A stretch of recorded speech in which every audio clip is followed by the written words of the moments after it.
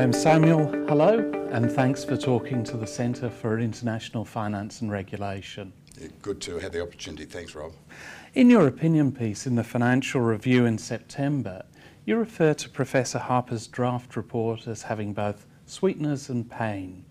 What are the sweet spots?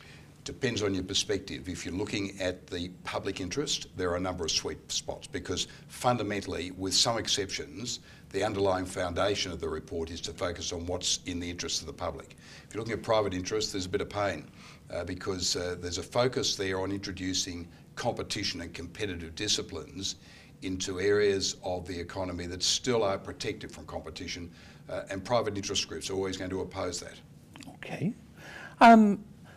The Harper draft report and the Vertigan report both call for there to be a utility access regulator, and this would be separate from the competition regulator. Will this work?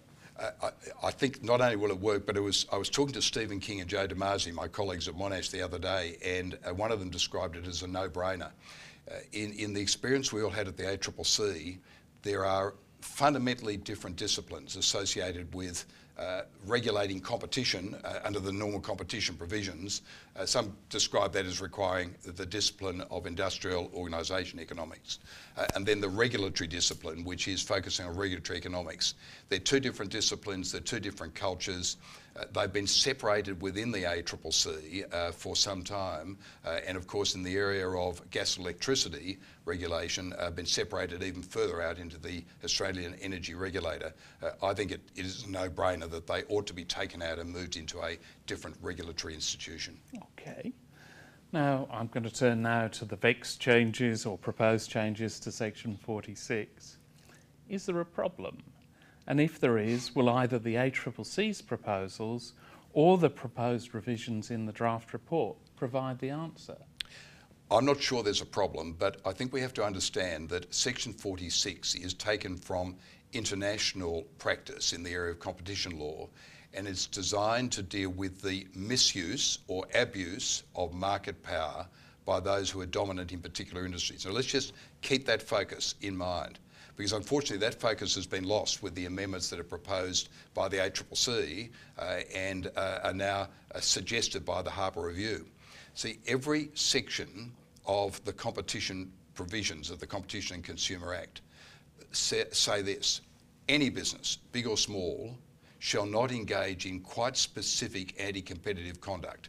They shan't engage in price fixing, in collusive tendering, in market sharing, exclusive dealing, anti-competitive mergers. That applies to any business. Then we have this rather strange section, Section 46, which is focused on big business alone.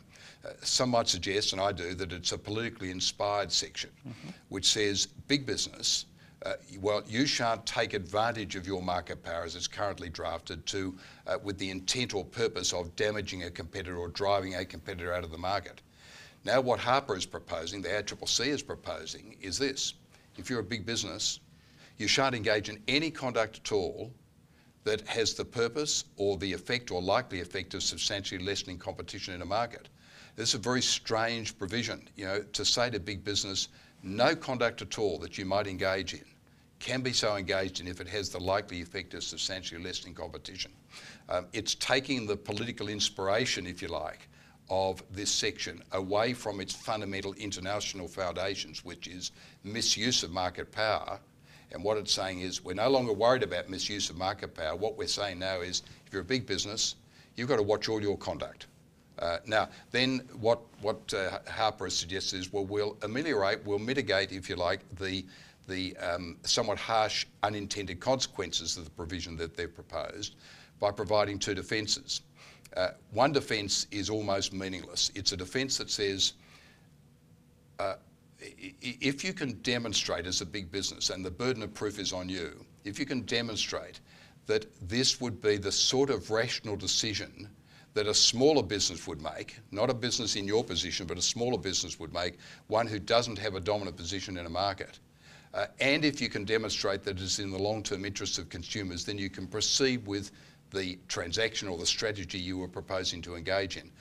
I have to say to you, grist for the mill for the lawyers and the economists, and I'm not sure how a big business, can be expected to design its strategy and its business transactions around some hypothetical type of concept that, well, this is what a small business, this is what a business without a dominant position in a market would be expected to do. It's a very, very strange provision. It's a strange suggestion to come from Harper. I do hope that Harper panel have not succumbed to some political pressure in proposing this section. Okay, so you see it as potentially chilling innovation or chilling competitiveness? It does, because see, what it says to big business is you shall not engage in any conduct at all that might have the effect of substantially lessening competition in the market. Let me give an example. A big business goes into a country town, area of hardware, and there are 3 or 4 small hardware stores, and it decides to set up a big hardware warehouse. Low prices because of its economies of scale, its ability to do it. Now, it is inevitable that some of the smaller operators will fail. They won't be able to innovate or to provide the service or the prices. They won't get into collective buying arrangements, for example, that could give them lower wholesale prices to enable them to compete. And so it might be argued that it'll substantially lessen competition. But should that then say to this big business, you can't open up in that country town? You might then sort of go to the defence and say, well, what that big business has to do is to try and rationalise its decision as if it were a small business. It doesn't make sense. I have to say this, the way this section has been moving over a period of time and under many, many reviews that we've had of the trade practices legislation in this country, it is the only seriously politically inspired section that we have had, and this seems to be taking the political inspiration far too far. Okay, well, maybe I can ask it the same question in a different way, and I'm going to ask the question that was posed by Dr. Alexandra Merritt. And she asks, has the law failed if courts can find a substantial lessening of competition but no misuse of market power, for example in Rural Press or Cement Australia? It depends on the approach that you're going to adopt to the competition laws of this country. If you say that there are competition laws that should apply to every business, and every business shall not engage in specific forms of anti-competitive conduct, then we know exactly where we stand. Mm-hmm. What this is doing, though, is it's saying this is big business, and big business shall not engage in certain conduct, and then we have to identify what it is what's the conduct that we're trying to address. Internationally, we've addressed misuse of market power by big business. And that's what the current law, Section 46, does. It addresses misuse or abuse of market power. Now what's proposed by the ACCC and by the Harper panel is that big business shall have a special section of its own which will prohibit any conduct at all that might substantially lessen competition. I have to say, what's good for the goose is good for the gander. Why don't we actually get rid of all the provisions of the competition sections of the competition law and say no business shall engage in any conduct which has the purpose or the effect or the likely effect of substantially lessening competition in the market. You could wipe out all the sections then and just simply say that's the only law that we'll have. Mm-hmm. The unintended consequences of that can be quite extraordinary. Yeah. But I say to myself, why is it that we're now going to have this special provision, 46 as redrafted, that imposes on big business certain obligations when in fact, well, we might as well impose it on every business, and then let's just see the sort of chilling effect that will start to have on business generally in this country. Okay. I'm going to move away from 46 and move on to the... I should say, by the way, that it would be better if everyone had moved away from 46. I love the Prime Minister's expression, I wish it was dead, buried and cremated. Fair enough. We'll go on to governance of the ACCC. The proposed oversight board is strikingly similar to an earlier proposal from the Wallace Review, which Professor Harper sat on the governance of APRA.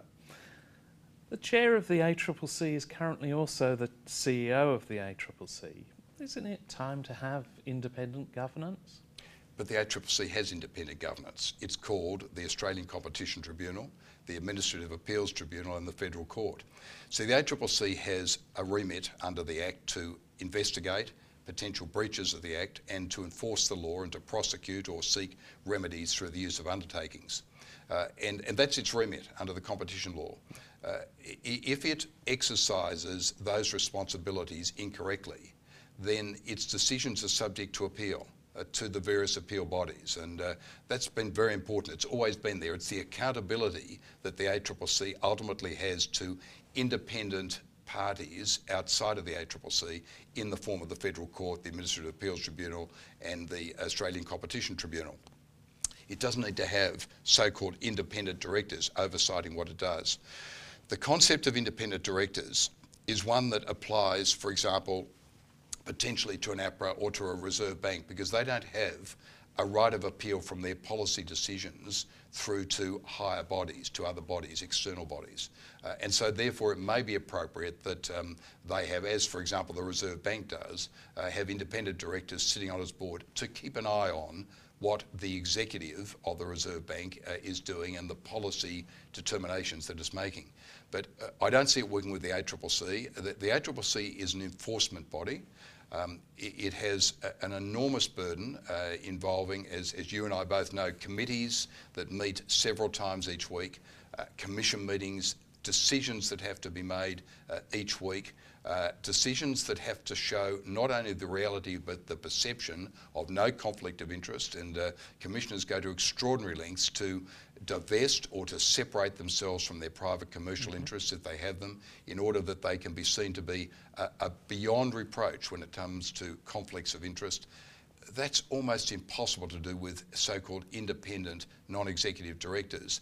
In fact, I've suggested that if independent non-executive directors were to go to that length in terms of divestment of their commercial interests, separation from them, you then actually wonder what sort of wisdom they'll be able to bring to the Commission in the first place. Right. One of the exogenous factors that the draft report identifies as being important for the future of Australian business is digital transformation. Can there be digital transformation without a decent fixed broadband network? Well, obviously they can't. But that then raises the question of what is a decent fixed broadband network. The former government had set itself a vision to build a fibre network that was going to run throughout Australia, with the rural areas being covered by wireless. The current government has gone for a mixed technology type structure, and it will provide a high-speed broadband network at a lower price. There are those that, if you like, are the broadband zealots that would have liked to have seen an optical fibre network run right throughout Australia as far as it could be done reasonably. I think if we can get high-speed broadband in some form or another, and importantly, the ability to upgrade that in the future as technology so demands, as the demands of the consumer increase for higher speed and larger bandwidth, and if we can provide a form that enables that upgrade to occur at a relatively low cost, then we're probably heading in the right direction. But disruption is occurring in every industry. I'm finding it now in the area of sport. Some people talk in terms of, well, consumers are really only going to want high-speed broadband to be able to download movies. No.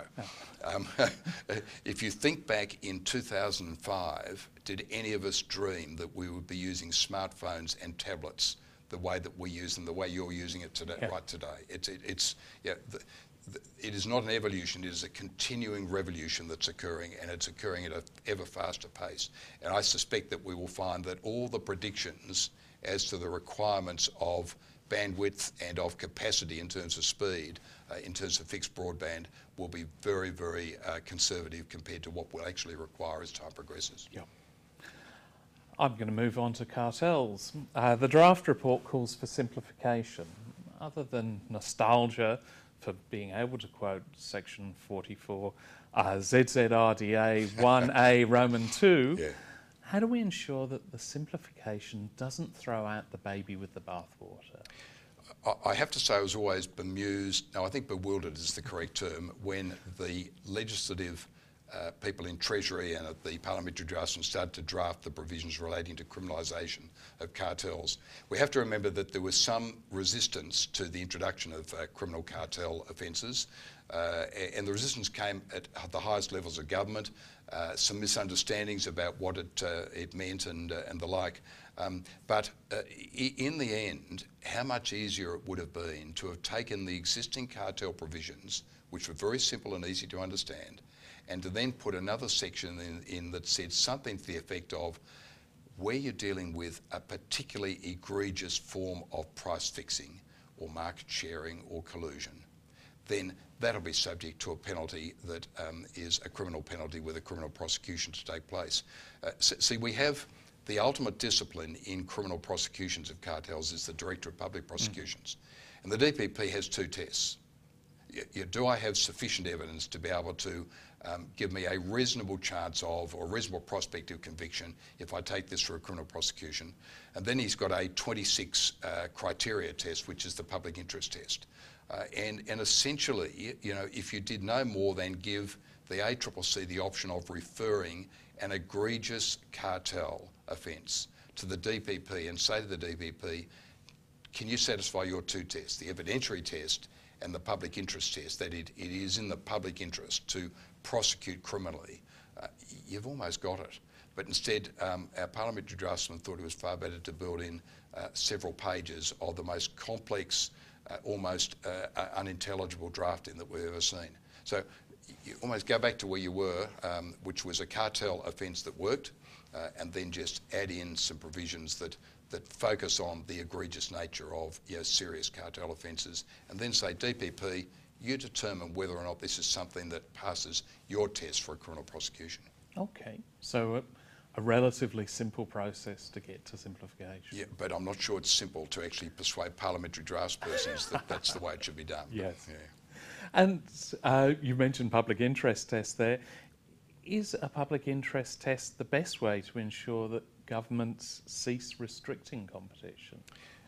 It's a very, very good test, isn't it? Because what it says is that the focus on the imposition of competition or competitive disciplines, on the removal of protections from competition, shall be people as far as you can see, the public. And that's really what it's about. In the work that we did with the National Competition Council in oversighting the implementation of the Hilmer reforms, and then in the ACCC, the fundamental focus all the time was what is in the public interest. As I used to say to premiers of states, when they said, what is the public interest? I said, just look outside your office window as far as the eye can see. That's the public interest. And one premier said to me at one stage, he was a former union leader, he said to me, he said, the one thing you've taught me, he said, as far as this process is concerned, is that the public interest ought to be placed above that of very strong, very powerful and very loud private interests.